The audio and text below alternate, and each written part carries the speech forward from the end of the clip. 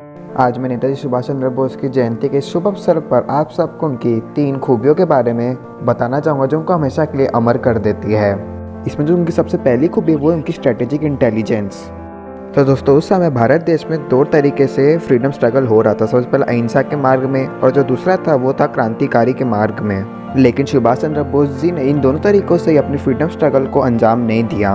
उन्होंने इस आज़ादी की लड़ाई को एक अंतर्राष्ट्रीय स्तर पर ले जाने की कोशिश की और फिर उन्होंने अपनी स्ट्रेटजीज़ का इस्तेमाल किया और हर एक मूव में एक प्लान बी रख के उन्होंने इंटरनेशनल पॉलिटिक्स को समझा और फिर इस आज़ादी की लड़ाई में 2 बड़ी सुपर पावर्स जापान और जर्मनी को लेके आए। और अब हमें जो दूसरी सीख उनकी इस कहानी से मिलती है वो है उनका साहस।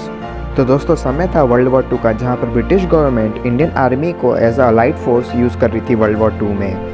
ऐसी सिचुएशन में ना ही से सुभाष चंद्र बोस जी ने जापान और जर्मनी जैसे देशों के साथ हाथ मिलाया, बल्कि उन्होंने हिटलर जैसे बड़े नेता के साथ भी अपनी बातचीत करना शुरू कर दी। और साथ ही उन्होंने एक विदेशी सरजमीन पर इंडिपेंडेंट आर्मी भी तैयार कर दी, जो कि उस समय के लोगों के लिए इमेजिनेशन से बहुत दूर की बात थी। तो इससे बड़ा एग्जाम्पल आपको उनके साहस का कहीं नहीं मिलेगा।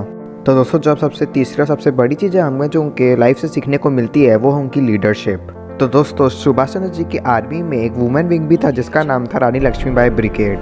तो दोस्तों जब एक इंटरव्यू में लक्ष्मी सहगल जी से पूछा गया कि जब सुभाष चंद्र बोस जी की इंडिपेंडेंट आर्मी को विदेशी सरजमीन में कुछ हो जाता था तो आप उनकी देखभाल कैसे करते थे, तो आपको पता है उन्होंने क्या जवाब दिया? उन्होंने कहा कि नेताजी थे ना। तो इससे आपको अंदाज़ा लग गया होगा कि कैसे सुभाष चंद्र बोस जी अपनी आर्मी के लोगों की देखभाल करते थे और यहाँ तक कि उन पर एक आज भी आने नहीं देते थे। तो यही 3 सीख के साथ मैं अपने शब्दों को यहीं पर विराम देना चाहूँगा। जय हिंद, वंदे मातरम।